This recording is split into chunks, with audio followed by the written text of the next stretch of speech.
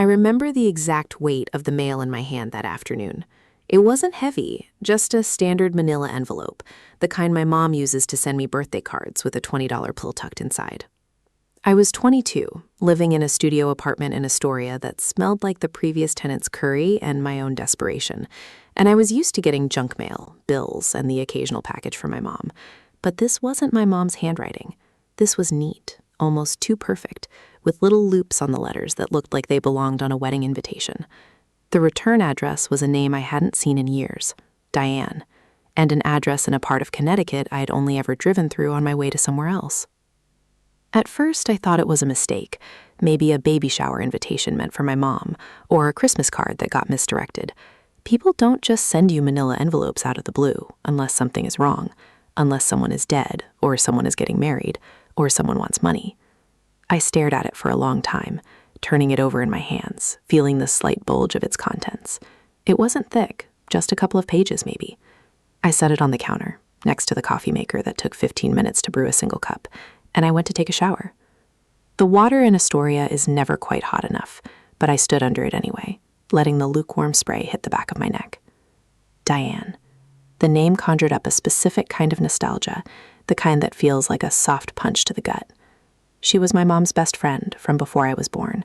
They met in a birthing class, both of them terrified first-time mothers, and they bonded over the fear and the joy and the sheer chaos of it all. Diane was at every one of my birthday parties until I was about 12, always bringing the most thoughtful presents, always the one who would sit with my mom in the kitchen, while the other moms hovered around the cake, whispering about school districts and PTA meetings. She was beautiful in that way that some women in their 40s are, effortless, confident, with a laugh that could fill a whole room. I had a crush on her when I was a kid, the kind of innocent, embarrassing crush where you get flustered when she ruffles your hair and tells you you're growing up to be so handsome. She had a son, Kyle, who was a year younger than me. We used to build forts in her backyard, and she would bring us lemonade and peanut butter sandwiches cut into triangles. Those summers felt infinite, sun-drenched and safe. Then, somewhere around middle school, the friendship between my mom and Diane just faded. It wasn't a fight, not that I knew of. It was just that my mom got busier, Diane got busier, and the phone calls became less frequent. By the time I was in high school, Diane was just a name my mom would mention every once in a while. I wonder how she's doing, kind of thing. And then nothing. I got out of the shower, dried off, and wrapped a towel around my waist. The envelope was still there on the counter, an accusation in beige paper. I told myself it was probably just a graduation announcement for Kyle, or a fundraiser for some charity she was involved in. I opened it. Inside, there was a single folded piece of heavy, cream-colored stationery and a small rectangular photograph in a plain white frame, the kind you buy in a pack of 12 at Target. I ignored the photo at first, pulling out the letter. The handwriting was the same as on the envelope, elegant and deliberate. It read, "Dear Jack, I know this is unexpected. I know we haven't spoken in a very long time, and I'm sorry for that. Life has a way of pulling people apart, doesn't it? But I've thought about you often over the years. I've watched you grow up from afar, through pictures your mom used to post, through stories I'd hear from mutual friends. I've been meaning to reach out for a while, but I didn't know how. I'm not sure I know how now. I'm writing to you because I have something of yours, something you might not even know exists. I found it while I was cleaning out my attic last week, going through old boxes. I thought about throwing it away, but I couldn't. It didn't feel right. It belongs to you. I've enclosed it, along with this letter, hoping you'll understand. I'm not trying to cause any trouble. I'm not trying to rekindle a friendship that has long since expired. I just believe in honesty, even when it's late. Especially when it's late. Your mom has always been a good friend to me, a better friend than I probably deserved. I know that sounds cryptic, and I'm sorry for that too. I guess what I'm trying to say is that you're not a kid anymore, Jack. You're a man now, and you deserve to know the truth. Whatever you decide to do with it, that's up to you. I just wanted you to have it. With all the love I still carry, Diane." I read the letter 3 times, my heart starting to thump a low, steady rhythm against my ribs that I could feel in my ears. What the hell was she talking about? A truth? A thing of mine that she found in her attic? It didn't make any sense. We hadn't been close enough for her to have any of my things. We hadn't spoken in over a decade. My mind raced through a catalog of possibilities, each one more ridiculous than the last. A forgotten toy? A book I'd lent Kyle? A pair of shoes I'd left at her house during a sleepover? My eyes drifted to the photograph lying face down on the counter. I picked it up, my fingers suddenly feeling clumsy and thick. I turned it over.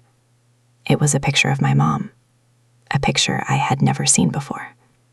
She was younger, maybe in her late 20s, and she was laughing. Her head was thrown back.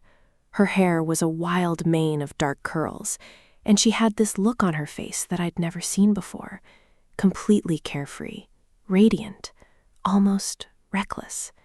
She was wearing a summer dress, the kind with thin straps that you'd wear to a barbecue or a picnic, and she was sitting on the lap of a man who wasn't my father. My breath caught in my throat. The man was young, too, probably around her age. He had a good-looking face, the kind with a strong jaw and a mischievous glint in his eyes that the camera had frozen in time. He had his arms around her waist, his hands resting on her stomach, and she had her hand on his chest. They looked comfortable. They looked happy. They looked like a couple. And behind them, in the background of the photo, blurred but unmistakable, was the wooden fence of Diane's old backyard and the corner of the fort that Kyle and I had built together. This wasn't some random guy at a party. This was a picture taken at Diane's house, a picture of my mom with another man, a picture my mom had never shown me, never even hinted at. I looked closer, my eyes scanning the details, trying to find a clue, a date, a name, anything. There was nothing written on the back, just the blank white cardboard. My mind went blank. Then it started to fill with a static noise of questions. Who was this man? Was this why my mom and Diane stopped being friends? Did Diane know? Was she the one who took the picture? And why, after all these years, was she sending it to me? What was I supposed to do with this? Confront my mom? Call Diane? My mom and dad had been married for almost 30 years. They had a marriage that I had always thought of as rock solid. They had their arguments, sure, but they were the kind of couple who held hands while watching TV, who still had date nights, who had made it through everything. Job loss, illness, my teenage years. This picture was a crack in the foundation of my entire reality. I looked at the letter again. You deserve to know the truth. The truth. This was the truth? That my mom had some secret fling in her 20s? That was it? I felt a wave of anger wash over me, hot and irrational. Why was Diane doing this? Why now? What was the point of dragging up something from the past, something that was none of my business, something that could only cause pain? But then, my eyes went back to the man in the photo. I studied his face, the shape of his nose, the curve of his smile, the way his hair fell over his forehead. And something cold and heavy settled in the pit of my stomach. I didn't recognize him, but I also knew, with a certainty that I couldn't explain, that he wasn't just some random fling. There was an intimacy in the way my mom was leaning into him, a trust in her posture, a familiarity that you don't get from a one-night stand. He looked comfortable. He looked like he belonged there. In our life. In her life. I placed the picture and the letter back on the counter, and I just stood there, dripping onto the linoleum floor, staring at them. The afternoon sun was starting to slant through the window, casting a long, dusty beam across the room. I could hear the distant rumble of the subway, the sound of a car horn honking outside, the mundane, everyday sounds of a city that didn't know that my entire world had just been turned upside down by a manila envelope and a photograph. This wasn't just a secret. It felt bigger than that. It felt like a key to a lock I didn't even know existed. and I had this sudden, overwhelming urge to get in my car and drive to Connecticut right now to Diane's house and demand to know everything. But I was also terrified. Terrified of what I might find out. Terrified that the truth wasn't a simple, harmless memory. Terrified that the man in the photo wasn't just my mother's past. Terrified that he might be mine. I picked up the photo again, my hand trembling slightly. I traced the outline of the man's face with my fingertip, studying him, memorizing him. I tried to see if I had his eyes, or his nose, or his smile. I tried to see if there was any part of me in this stranger's face. My heart was pounding so hard I could hear it in my ears. This was no longer just a shocking secret. This was the opening of a door, and I was terrified of what was on the other side. I needed air. I needed to think. But more than anything, I needed to know who the man in this picture was. I didn't sleep that night. I sat on the edge of my bed, the photograph propped up against my lamp, and I just stared at it until the streetlights outside started to flicker off, and the pale gray of dawn crept through my blinds. I must have looked at that picture 1,000 times, searching for answers in the pixels, in the shadows, in the way my mom's fingers curled around that man's chest. I tried to remember if I'd ever seen him before, if he'd ever come to the house, if my parents had ever mentioned a name that didn't quite fit. But there was nothing, just a blank space where a memory should have been. By the time the sun was fully up, I'd made a decision. I wasn't going to call Diane. I wasn't going to confront my mom. Not yet. I needed to know who this man was first, and I knew exactly where to start.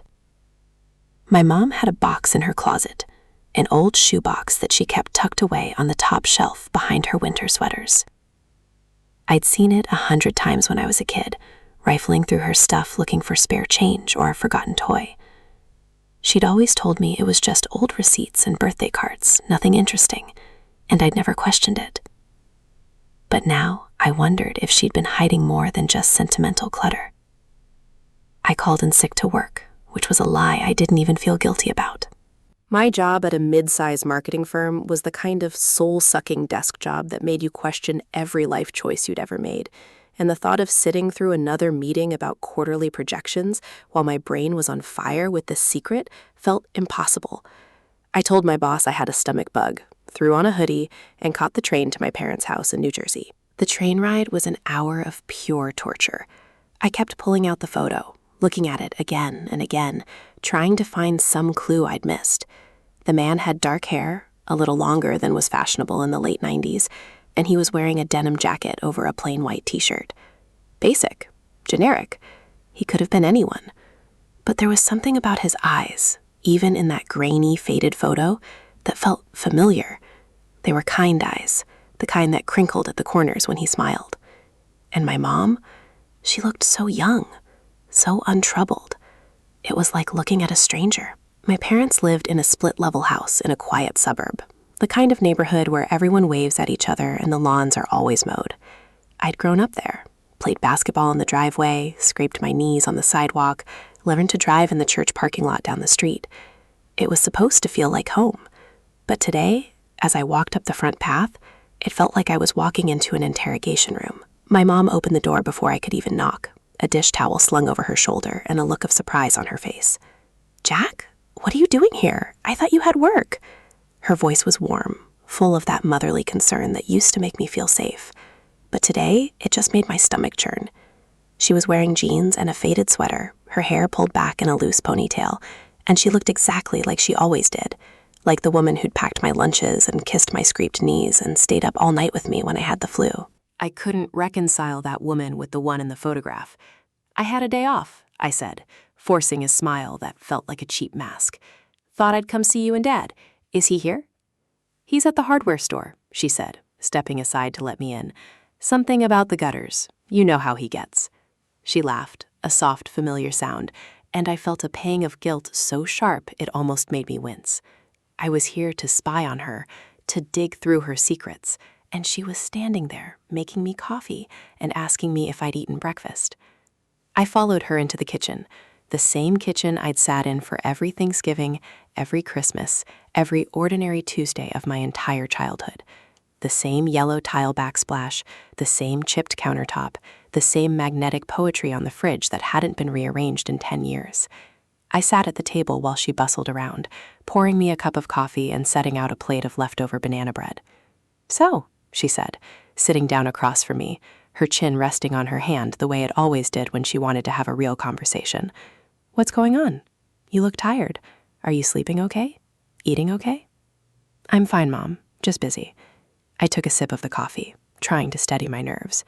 "Hey, I was going through some old boxes in my apartment, and I found some pictures of me and Kyle from when we were kids. Remember Diane?" My mom's face didn't change. Not exactly, but there was a flicker, a tiny micro-movement in her eyes that I would have missed if I hadn't been watching so closely. Her smile stayed in place, but it seemed to freeze, like a photograph itself. "Diane?"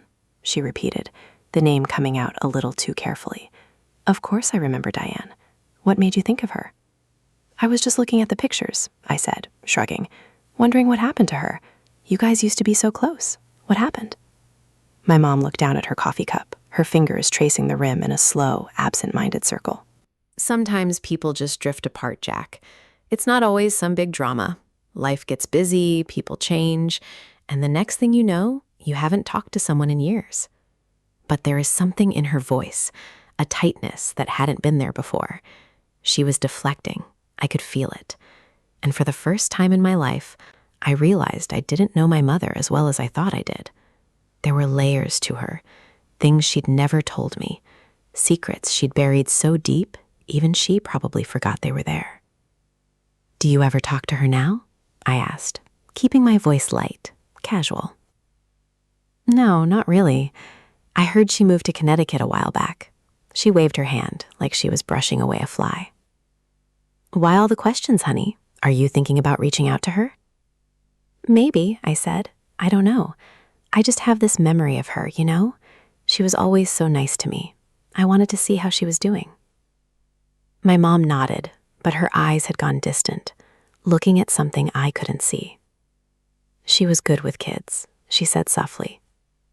"She always had a way with them." I wanted to push further.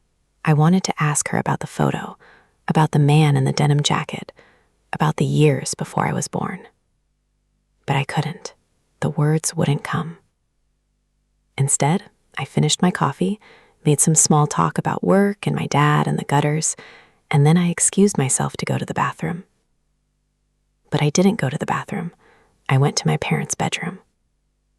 The house was quiet, the only sound the hum of the refrigerator and the distant buzz of a lawnmower somewhere down the street. I walked through the hallway, past the family photos on the wall.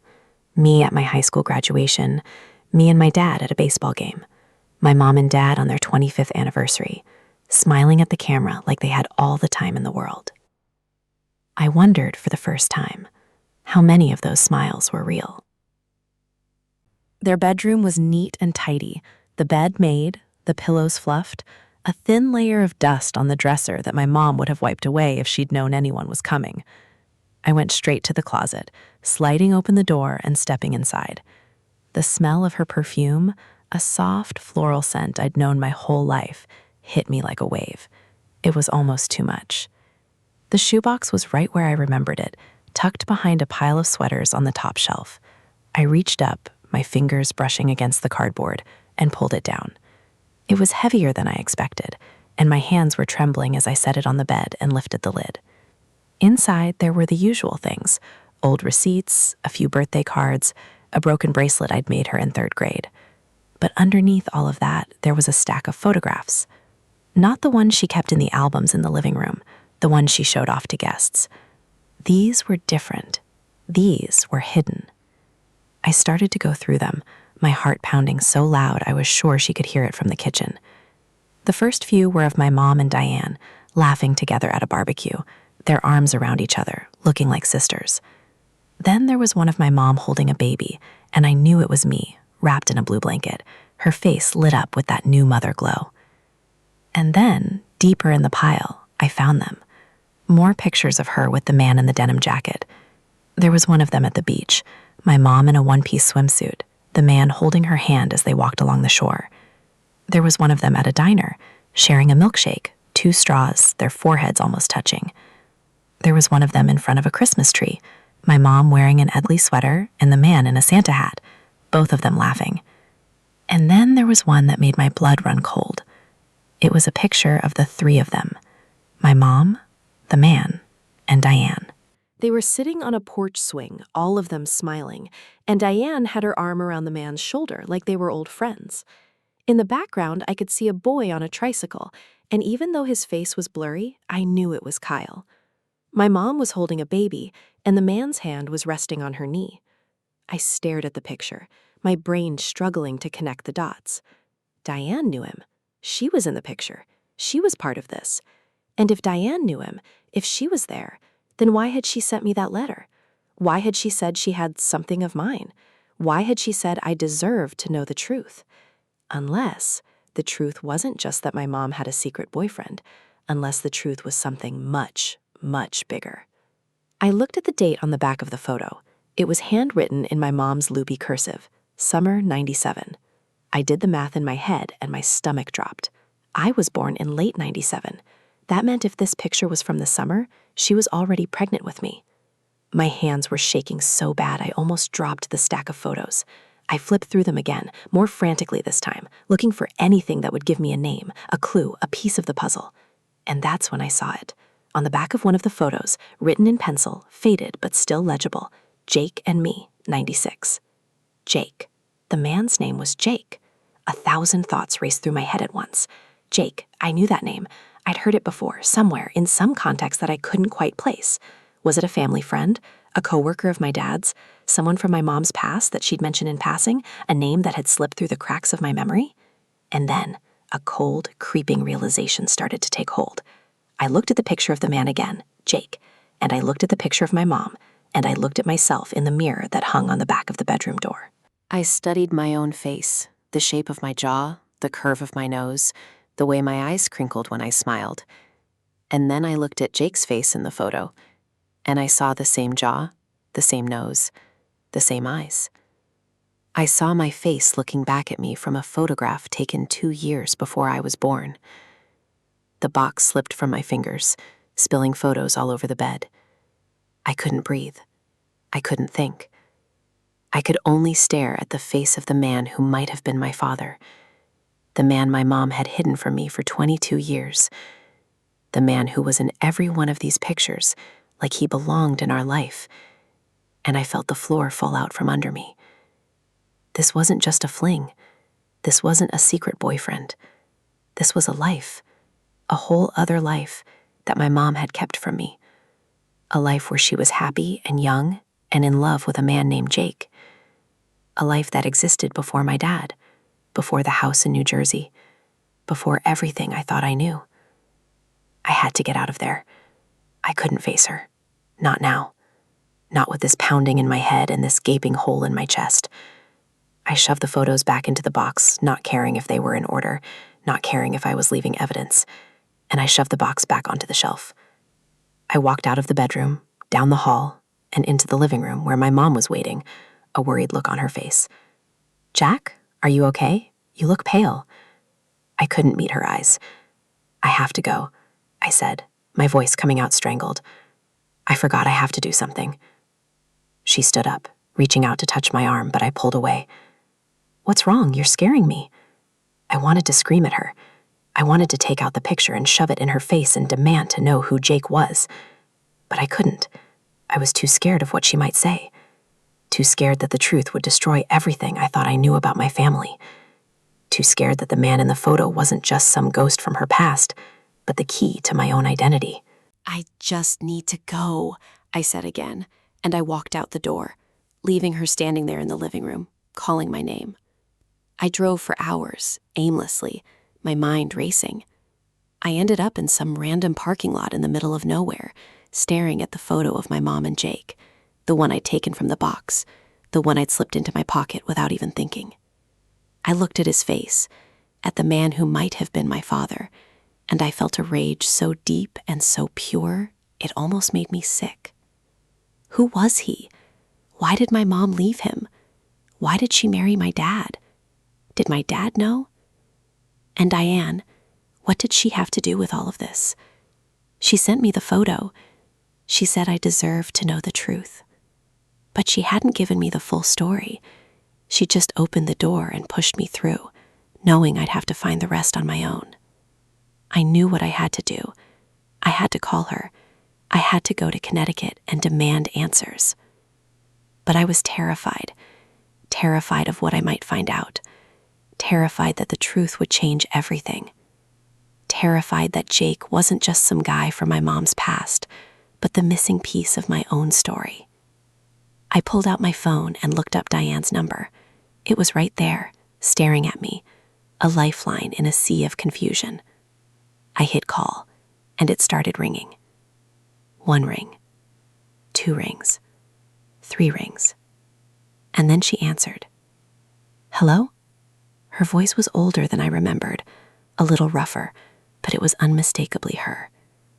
And in that moment, I knew I had crossed a line I could never uncross. There was no going back now. Hi, Diane, I said, my voice barely a whisper. It's Jack. I got your letter. There was a long pause on the other end of the line, the kind of silence that feels heavier than any words could be. I could hear her breathing, slow and measured, like she was trying to steady herself. And then she let out a soft, almost relieved sigh, as if she'd been waiting for this call for years. Jack, she said, and her voice cracked on my name. I was wondering if you'd call. I wasn't sure you would. I almost didn't, I admitted, and I hated how raw my voice sounded, how exposed. I didn't know what to think. Your letter, the picture, it doesn't make any sense to me, Diane. You have to understand that. You dropped this bomb in my lap with no warning, no context, and you expect me to just, what, thank you? No, she said quickly, and there was a desperate edge to her voice now. No, Jack, I don't expect anything. I couldn't keep it to myself anymore.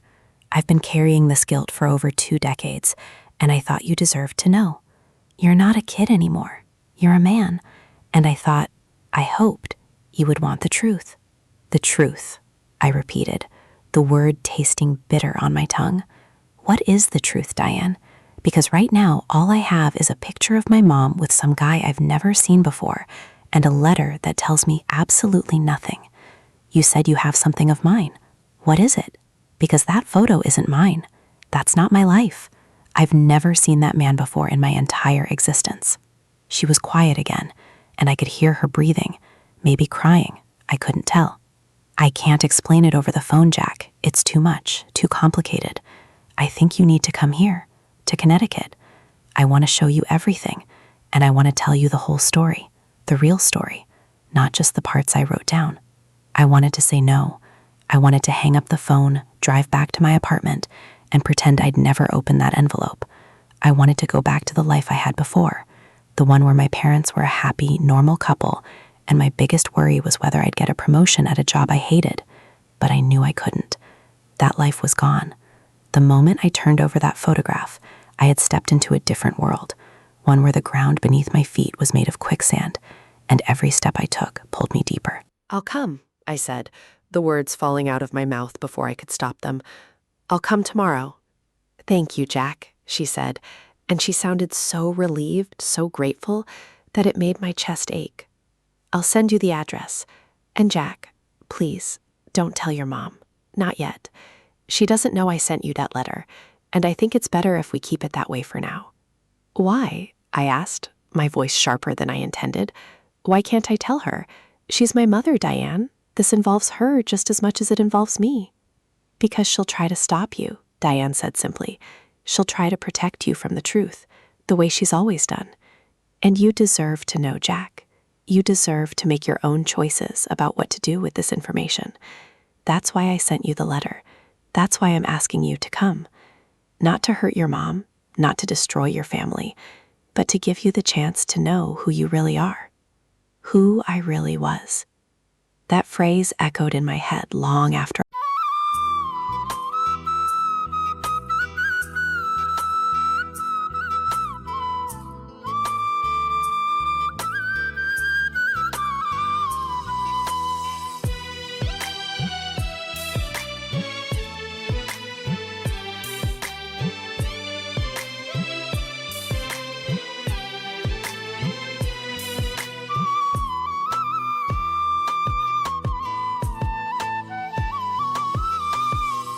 তোর কারণে শেষ করিলামি হকাল আর পরকাল, তোর কারণে শেষ করিলামি হকাল আর পরকাল। কে জানিত হবে এমন পুরিবে কপাল আমার, কে জানিত হবে এমন পুরিবে কপাল।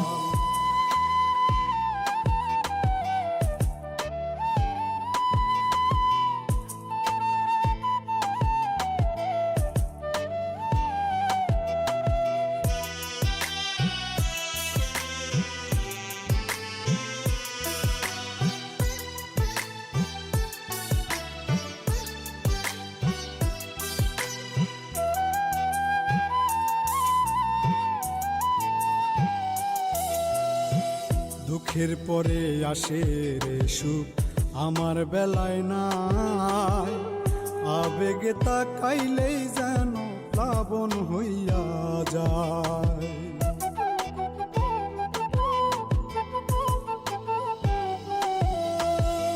দুঃখের পরে আসে রে সুখ, আমার বেলায় নাই। আবেগে তাকাইলেই যেন প্লাবন হইয়া যায়। যতনে তুলিয়া গাছে টাইনা টাইনা তুলে সাল, কে জানি তো হবে এমন পুরিবে কপাল আমার, কে জানি তো হবে এমন পুরিবে কপাল।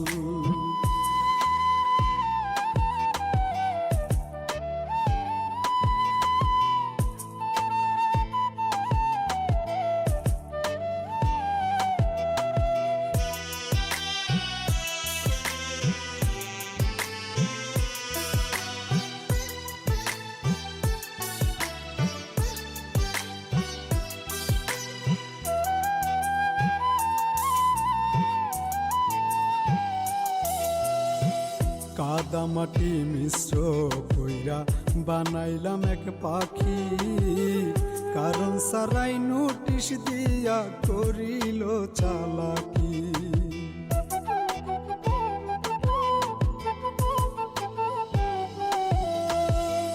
কাদা মাটি মিশ্র কইরা বানাইলাম এক পাখি, কারণ সারাই নোটিশ দিয়া করিল চালাকি।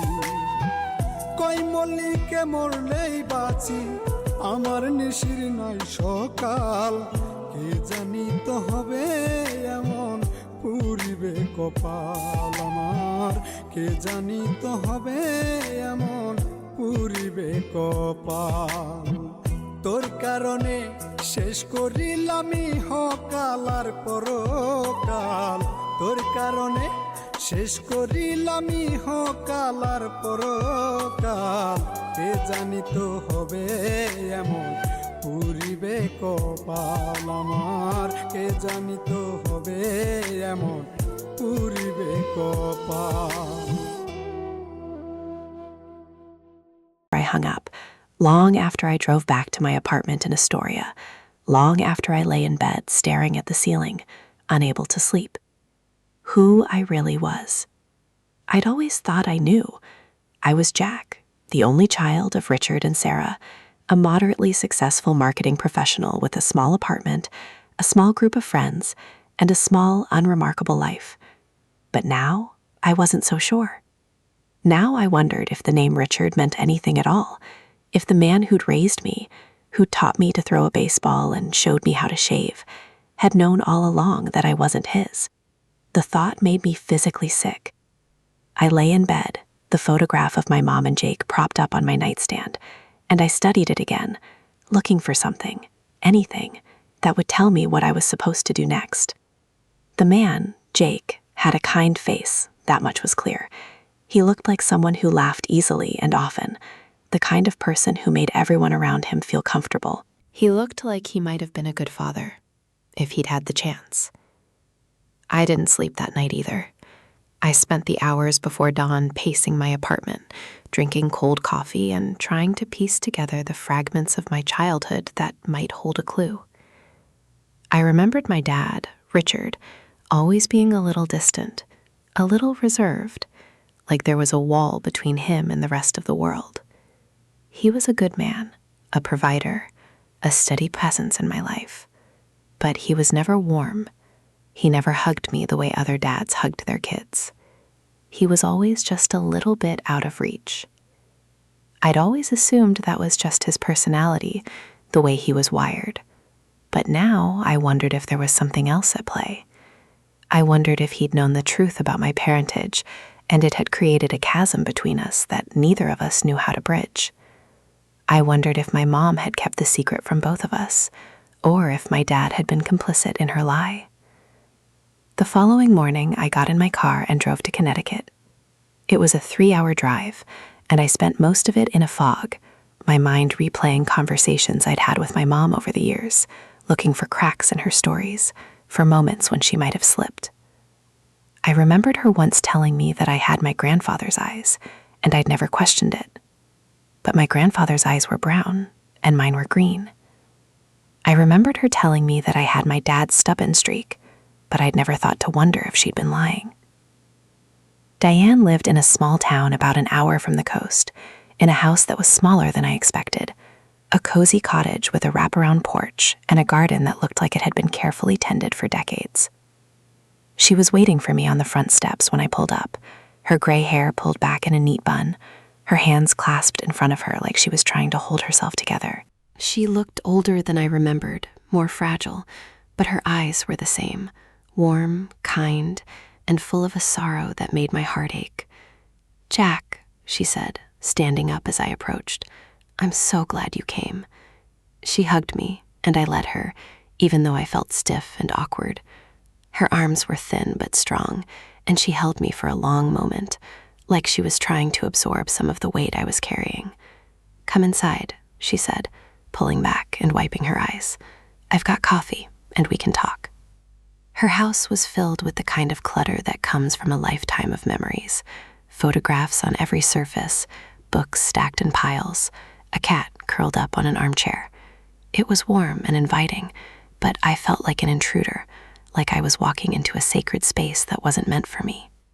She led me to the kitchen, where she poured us both coffee, and we sat down at a small wooden table near the window. "You probably have a lot of questions," she said, her hands wrapped around her mug. "I don't even know where to start," I admitted. "I don't know who this Jake is, or why he's in those pictures, or why you sent me that letter. And I don't know why you're so afraid of my mom finding out." Diane nodded slowly, her eyes distant. "It's a long story, Jack, and it's not an easy one to tell. But I'll tell you everything, I promise. I owe you that." She took a deep breath, and then she began. "I met your mom when we were both pregnant with our first babies," she said. "I had Kyle, and she had you. But Jake was there before you were born. Jake was her first love. They met in college when they were just kids, and they fell hard, the kind of love that makes you feel like you're the only two people in the world."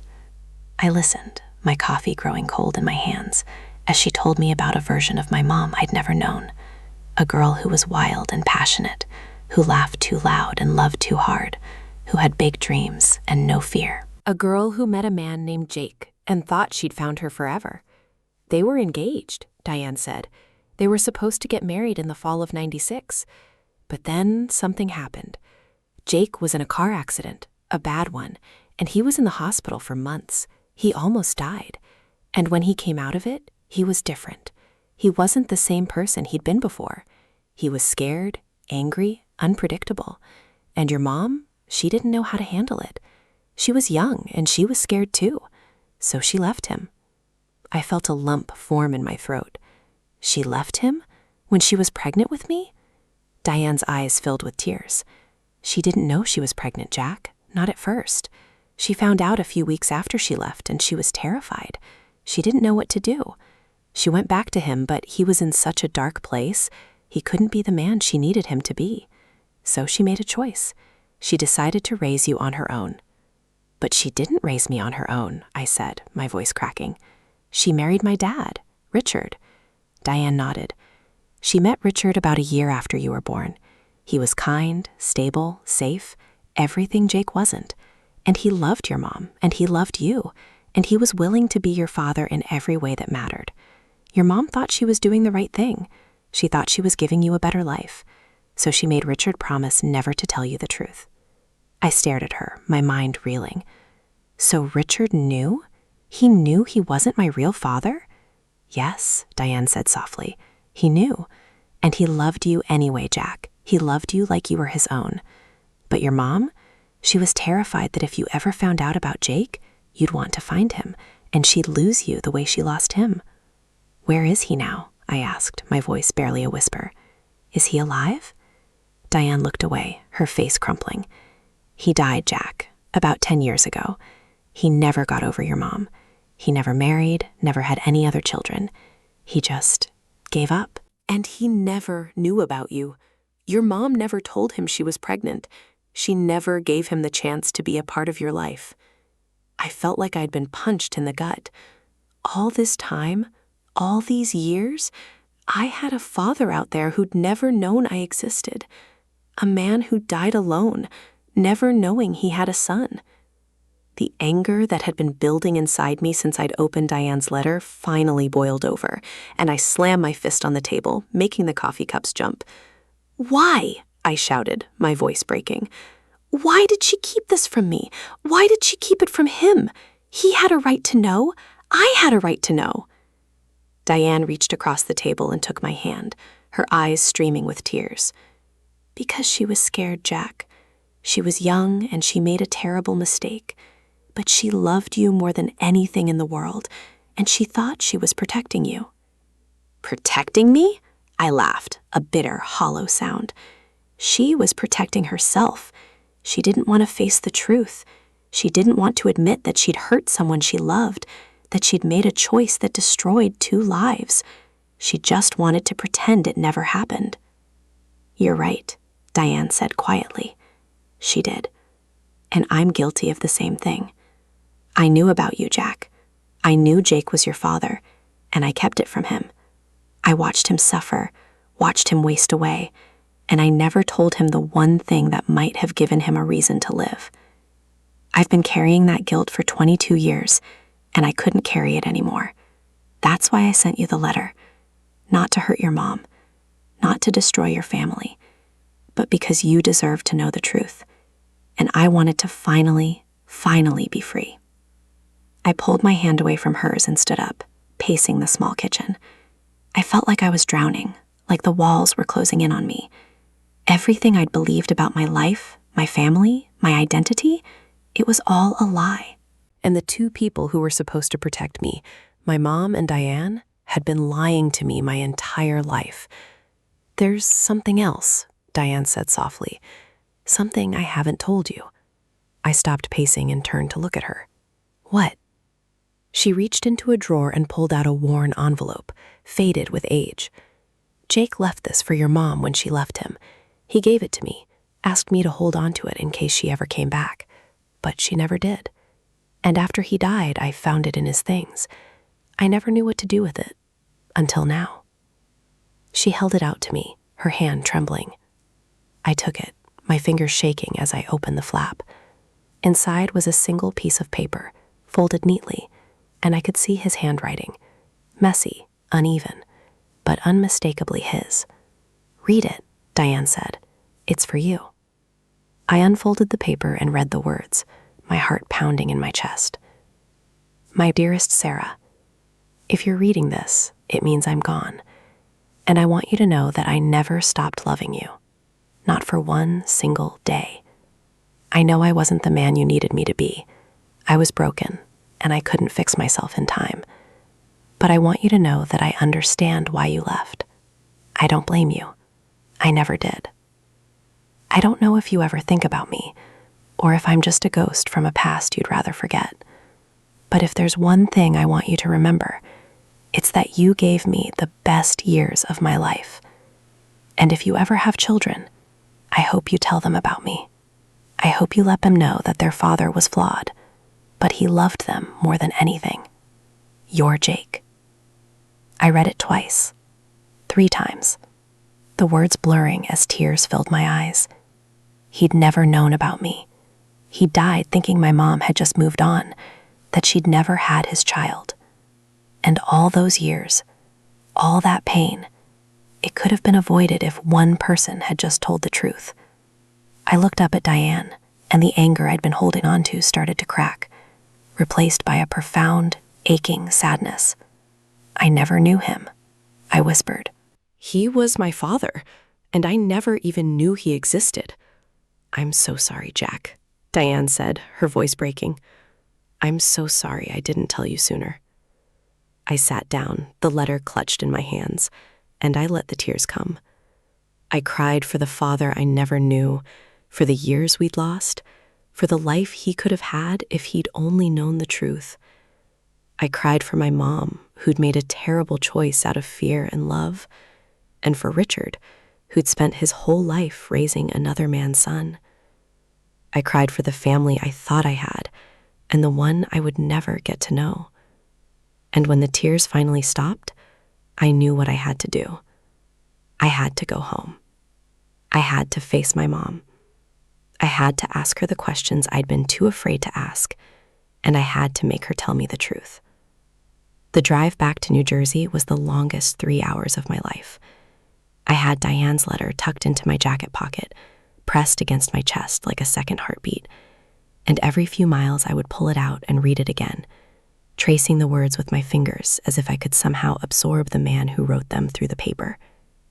Jake. My father. A ghost I'd never met.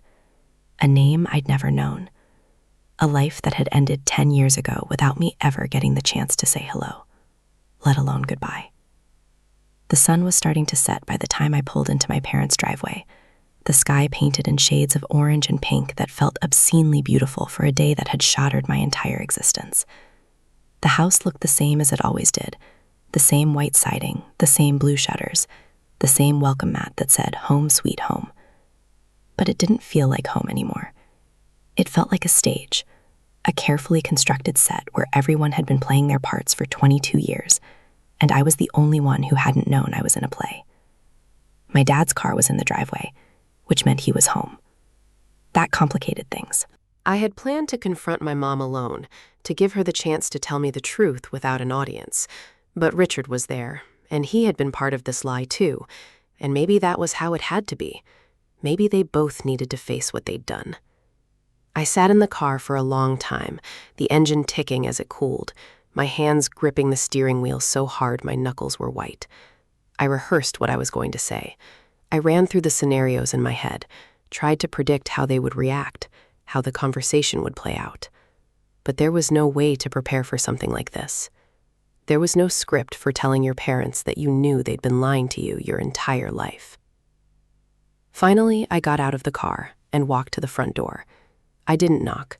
I just opened it and walked inside, the familiar smell of my mom's cooking hitting me like a punch to the gut. She was in the kitchen, stirring something on the stove, and my dad was in the living room, watching the evening news. It was a scene I'd witnessed 1,000 times, a snapshot of normalcy that now felt like a cruel joke. "Jack?" my mom called out when she heard the door. "Is that you? I didn't know you were coming over again." I walked into the kitchen, and she looked up at me with that same warm smile I'd seen my whole life, the one that had always made me feel safe and loved. But now all I could see was the deception behind it. All I could see was the woman who'd kept my real father from me, who'd let him die without ever knowing he had a son. "Mom," I said, and my voice was calm, too calm, the kind of calm that comes right before a storm. "I need to talk to you, and Dad, both of you." Her smile faltered, and I could see the worry creep into her eyes. "What's wrong, honey? You look pale. Are you feeling okay?" "I'm fine," I said. "Just go get Dad, please." She hesitated, her eyes searching my face for a clue, And then she nodded slowly, wiping her hands on her apron and walking into the living room. I heard her murmur something to my dad, and then the TV clicked off, and they both came into the kitchen, my dad's expression guarded, my mom's filled with the kind of nervous energy that told me she already knew something was very, very wrong. "What's going on, son?" my dad asked, his voice steady but cautious. "You look like you've seen a ghost." I laughed at that, a bitter, humorless sound. "Funny you should say that, because I have. Or at least I've seen pictures of one." I pulled out the photograph, the one of my mom and Jake, and I held it up so they could both see it. My mom's face went white, the color draining from her cheeks so fast I thought she might pass out. My dad, on the other hand, just stared at it, his jaw tight, his eyes unreadable. "Where did you get that?" my mom asked, her voice barely a whisper. "From Diane," I said, and I watched the shock ripple through her body like a physical blow. "She sent me a letter, Mom. She told me I deserved to know the truth. She said I wasn't a kid anymore. And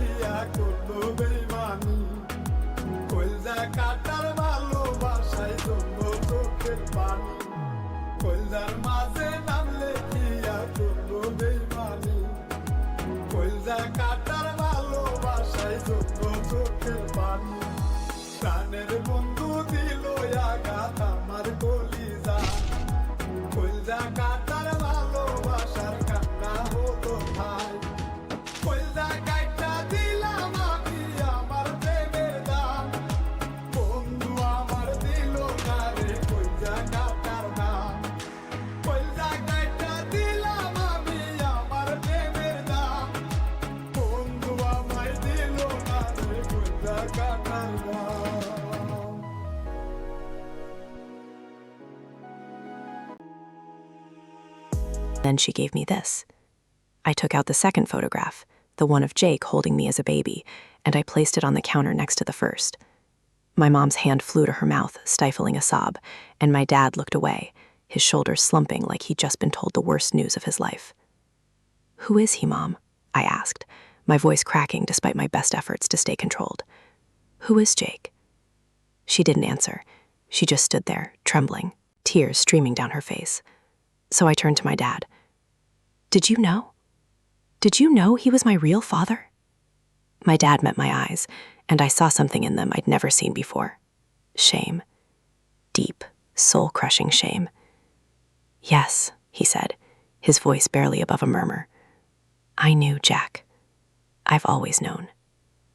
"And you never told me?" I said, the anger rising in my chest. You both lied to me. Every single day of my life, you lied to me. "Jack, please," my mom begged, reaching out to touch my arm. "Let me explain." "Explain what?" I shouted, pulling away from her. "Explain how you let my real father die without ever knowing I existed? Explain how you took away my chance to ever know him, to ever have a relationship with him? Explain how you spent 22 years pretending Richard was my father while the real one was out there, alone, broken, and clueless?" My mom collapsed into a chair, her hands covering her face as she sobbed. My dad stood beside her, his hand on her shoulder, looking like he was trying to hold himself together. And I stood there, the fury and the grief and the confusion all swirling together inside me, making it hard to breathe. "Jake was my first love," my mom finally said, her voice muffled by her hands. "We were going to get married. But then he had the accident and he changed, and I was so young and so scared and I didn't know what to do. I left him because I thought it was the only way to survive. And when I found out I was pregnant, I went back to him. But he was in such a dark place, he couldn't even see me. He couldn't be the father you deserved. So I made the hardest decision of my life, and I walked away." "Without telling him," I said, my voice flat. "Without giving him the choice." "I was trying to protect you," she said, looking up at me with red, swollen eyes. "I was trying to give you a better life. Richard was stable and kind, and he wanted to be your father. He loved you, Jack. He still does. I thought I was doing the right thing." "You were doing the selfish thing," I said, and my voice was cold, colder than I'd ever heard it. "You were protecting yourself. You didn't want to face the consequences of your choices. You didn't want to admit that you'd hurt someone who loved you." "So you buried it, and you pretended it never happened, and you let me grow up thinking I wasn't someone I wasn't." I pulled out Jake's letter from my pocket, the one Diane had given me, and I held it up. "He wrote this for you. Before he died, he wrote that he never stopped loving you. He wrote that he hoped you'd tell his children about him. He spent his whole life wondering if you ever thought about him, and you were too busy pretending he didn't exist to give him a single moment of peace." My mom read the letter, her hand shaking, and the sob that escaped her was gut-wrenching, the sound of a woman whose guilt had finally caught up with her. My dad wrapped his arms around her, holding her as she crumbled, and I watched them, feeling like an outsider looking in on a life that was no longer mine. "I'm sorry," my mom wept, over and over again. "I'm so sorry, Jack. I know it doesn't make it right, but I'm sorry. I was so scared. I was so terrified of losing you, of losing everything, that I made the worst mistake of my life." I wanted to forgive her. I wanted to be the bigger person, to understand that she was young and scared and didn't know what else to do. But I couldn't. The wound was too fresh, the betrayal too deep. "I need time," I said, my voice hollow. "I need time to process all of this. I can't just pretend everything's okay. I can't just forgive you and move on." My dad looked up at me, his eyes glistening with unshed tears. "We understand, son. Take all the time you need. We'll be here when you're ready." But I wasn't sure I'd ever be ready. I wasn't sure I could ever look at them the same way again. I walked out of the kitchen, out of the house, and into the cool evening air, and I just stood there on the front porch, breathing in the scent of freshly cut grass and summer flowers, feeling like a stranger in my own life. I went back to my apartment in Astoria, and I spent the next few days in a fog. I didn't go to work. I barely ate. I just lay in bed, staring at the ceiling, replaying everything in my head over and over again. I thought about Jake, the father I'd never known, and I wondered what kind of man he was, what kind of life he'd lived, whether he'd ever suspected he had a son out there somewhere. I thought about Diane, the keeper of so many secrets, and I wondered if she'd ever forgive herself for staying silent for so long. I thought about my mom, the architect of this whole mess, and I couldn't decide if I hated her or pitied her. And I thought about Richard, the man who'd raised me, who'd loved me, who'd kept the secret because he thought it was the right thing to do. I couldn't be angry at him. He'd been caught up in something he didn't create, and he'd done the best he could with the hand he'd been dealt. On the fourth day, I got a text from Diane. She said she'd found something else, something Jake had left behind, and she thought I should have it. I didn't want to drive back to Connecticut, not again, but I knew I had to. I had to see this through to the end, wherever it led. So I went back to her house, and she handed me a small wooden box, worn and weathered, with Jake's initials carved into the lid. He kept this with him always, she said. I didn't know what was in it until after he died. I think it's the last piece of the puzzle, Jack. I opened the box, and inside I found a stack of letters. Dozens of them, all addressed to my mom, all written over the course of years, some of them never sent. I started to read, and with each letter I felt like I was getting to know Jake a little more. He wrote about his life, his struggles, his regrets. He wrote about how much he missed my mom, how he'd never really moved on. And then, near the bottom of the pile, I found the last one he'd ever written, dated just a few weeks before he died. Dear Sarah, I don't know why I keep writing these. I don't even know if you'll ever read them, but I can't stop. You're the only person who ever really knew me, and the silence is too loud sometimes. I heard through a friend of a friend that you got married. I hope he's good to you. I hope you're happy.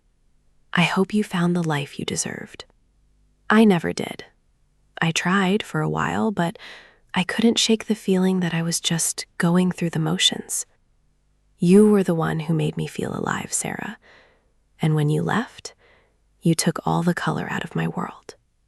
I don't know if you ever think about me, or if I'm just a memory you'd rather forget. But if there's one thing I want you to know, it's that I don't blame you. I never did. I know I was broken, and I know I couldn't give you what you needed. I just hope that wherever you are, you're happy, because that's all I ever wanted. Your Jake. I read the letter, and the tears I'd been holding back for days finally spilled over. He had loved my mom so much, so deeply, and he died alone, never knowing that a part of him lived on. And my mom, in her fear and her guilt, had stolen that from both of us. I put the letters back in the box and looked at Diane. I'm going to find his grave, I said. I need to see him. I need to say goodbye. Diane nodded, and there was relief in her eyes. I think that's exactly what he would have wanted. I drove to the cemetery the next day, a small, quiet plot of land in the middle of Connecticut, surrounded by trees and wildflowers. Jake's headstone was simple, just his name and the dates of his birth and death. I knelt down in front of it, placing my hand on the cool stone, and I finally let myself feel everything I'd been suppressing. Hey, Dad, I said, my voice choking on the word. I'm Jack. I'm your son, and I'm so sorry I never got to meet you. I sat there for a long time, talking to him, telling him about my life, about the things I wished we could have shared. I told him about my job, my friends, my hopes and dreams. I told him about the hole in my heart where he should have been. And when I finally stood up to leave, I felt something I hadn't felt in days. Peace. Not forgiveness, not yet, but a sense that I'd finally taken the first step toward healing. I drove home that night, and when I walked into my apartment, I saw that my mom had been there. There was a note on the counter, written in her familiar handwriting, and a worn, leather-bound journal. Dear Jack, I know you might not want to hear from me right now, but I found something in the attic that I think you should have. It's Jake's journal. He gave it to me before we broke up, and I never had the courage to read it. But I think it belongs to you. I love you, Jack. I know that doesn't fix what I did, but I want you to know that I've never stopped loving you. You were the best thing that ever happened to me, and I'm so sorry I failed you. Mom. I opened the journal, and I saw that it was filled with Jake's handwriting, dating back to before I was born. The first entry started with the words, "Today, Sarah told me she was pregnant. I can't stop smiling. I'm going to be a dad." And that's when I knew that Jake hadn't just been a ghost. He'd been a father, even if he'd never known it. And I was going to make sure his memory lived on. I picked up my phone and texted Diane. "Thank you for everything. I'm ready to hear the rest of the story." I sat on my couch for hours, Jake's journal open in my lap, his words bleeding into me like a transfusion of a life I'd never known. I read every entry, from the beginning, when he was young and hopeful and writing about my mom like she was the sun he orbited around. I read about their first date, a cheap Italian restaurant where she'd spilled red wine on her white dress and laughed so hard she cried. I read about the first time he told her he loved her, in a park, under a canopy of cherry blossoms, the petals falling around them like confetti. I read about his proposal, clumsy and nervous, the ring box fumbling from his fingers and rolling under a car. He wrote about how she'd said yes before he'd even gotten the words out, how she'd tackled him to the ground right there in the parking lot. And then I read about the accident. His words changed after that, the handwriting shakier, the sentences shorter, more desperate. He wrote about the pain, the months of rehabilitation, the way his body felt like a prison. He wrote about the anger that consumed him, the darkness that swallowed him whole. He wrote about pushing my mom away, hurting her with his words because he didn't know how else to cope. And then, in the final entries, the regret. He wrote about the night she left, how he'd stood at the window and watched her drive away, and how he'd known, with a certainty that felt like death, that he'd just lost the best thing that had ever happened to him. The last entry in the journal was dated a few months before he died. He wrote, "I still dream about her. I still wake up reaching for her side of the bed. I wonder if she ever thinks about me. I wonder if she ever loved me at all. I don't have much time left, I can feel it. But if there's a God out there, I hope he lets me see her one more time, even if it's just a glimpse." I closed the journal and held it to my chest, the leather warm from my hands, and I wept for the man who'd written those words. He loved my mom so purely, so completely, and she'd let him fade away into nothing. She'd taken his hope and his future and his son, and she'd walked away without a backward glance. I couldn't understand it. I couldn't fathom how someone could do that to the person they claimed to love. But I also couldn't hate her. Not entirely. Because in reading his words, in feeling his pain and his longing, I understood her fear in a way I hadn't before. He was broken. She was young. They were both drowning. And instead of saving each other, they'd let go. The next morning, I called my mom.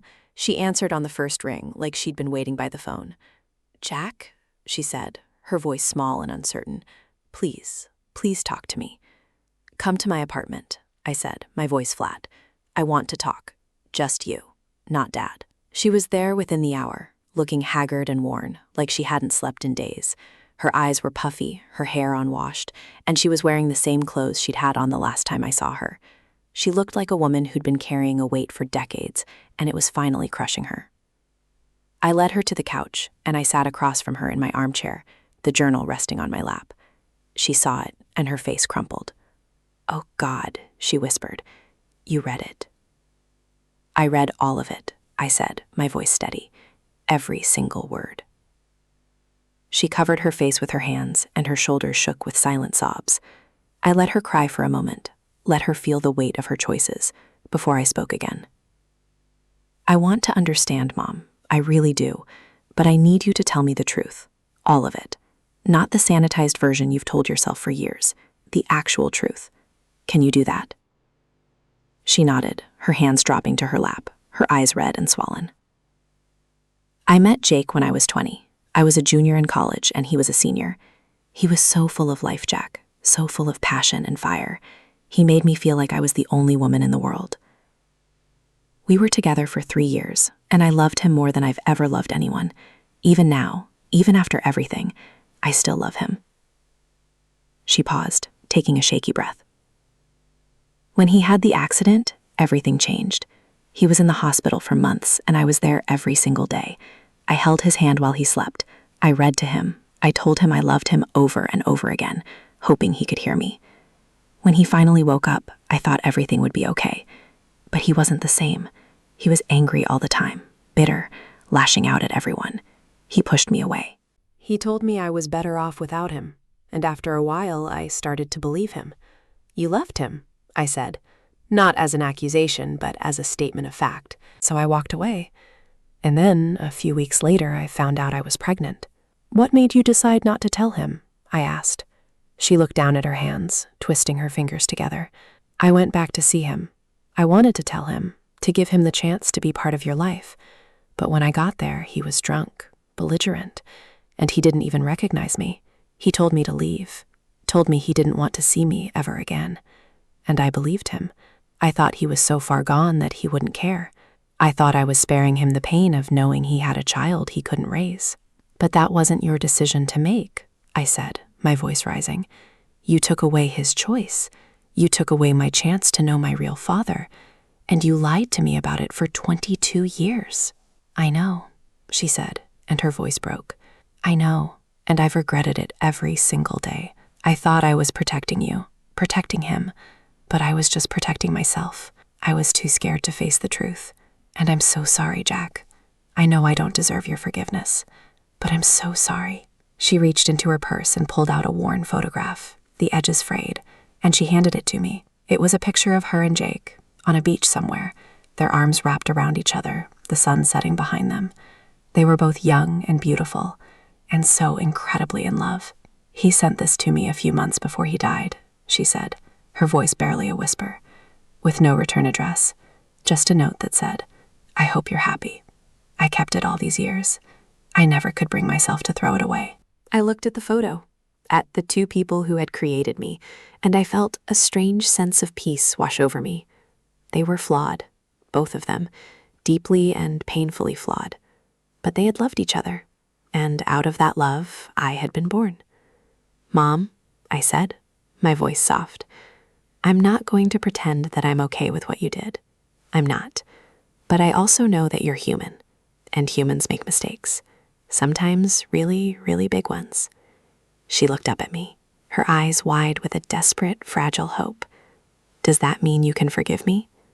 I took a deep breath, feeling the weight of the question settle on my shoulders. "I don't know if I'm there yet, but I want to try. I want to try to understand, and I want to try to move forward.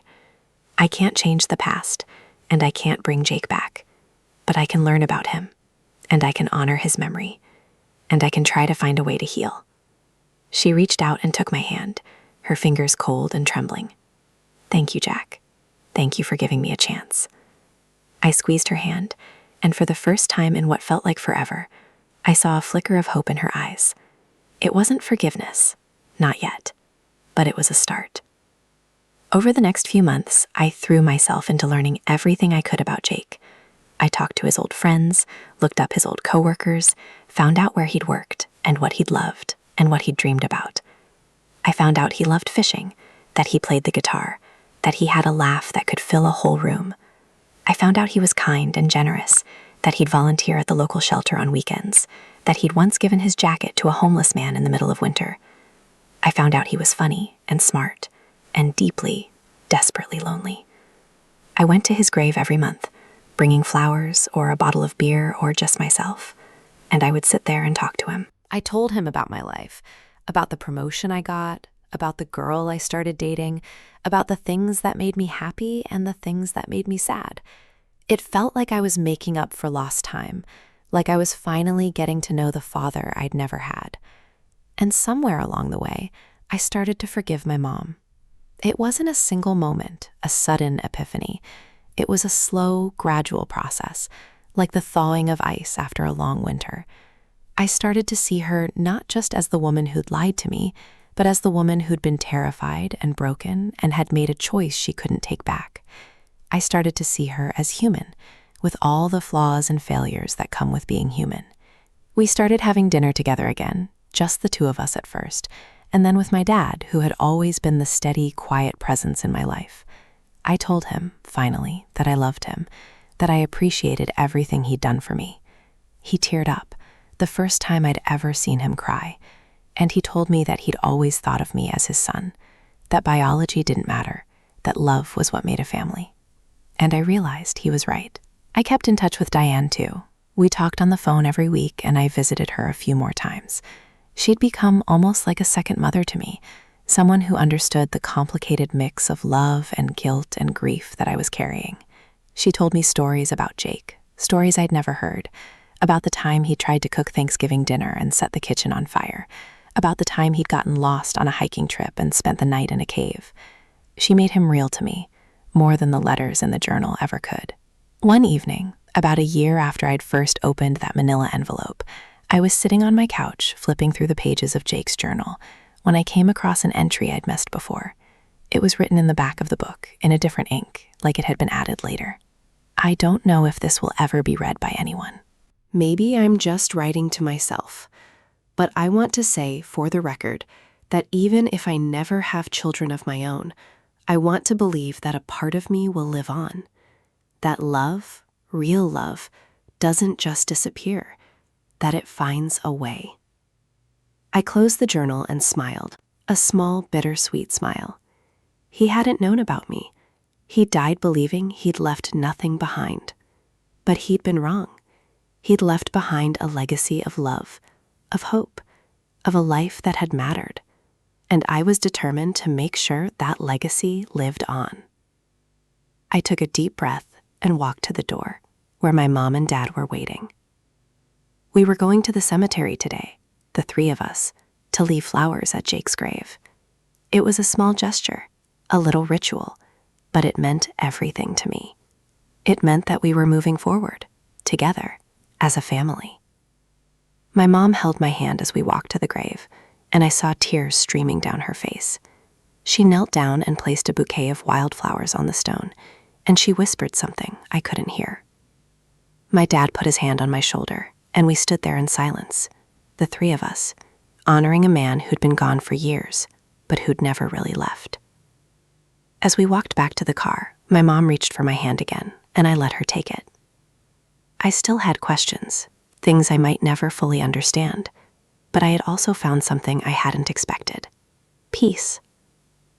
Not a clean, perfect peace, but the messy, complicated kind that comes from accepting that life is full of broken things, and that you can still find beauty in the cracks. And that was enough. That was more than enough. I looked up at the sky, clear and blue, and I thought I felt a warmth, a presence, like someone was watching over us. I didn't know if it was Jake, or just the sun on my face, or my own mind trying to make sense of things. But it didn't matter.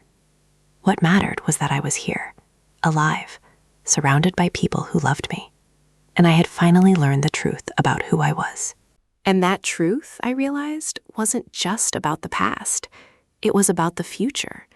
It was about the person I wanted to become, the life I wanted to live, the legacy I wanted to leave behind. I wanted to be like Jake, in the best possible way. Someone who loved deeply, who gave generously, who never stopped believing that connection mattered. I turned to my mom and smiled, a real smile, the first one I'd felt in a long time. "Thank you," I said, "for giving me this, for helping me find him."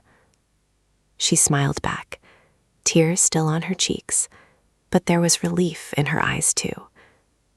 "I'm just glad you're okay, Jack. I'm glad we're okay."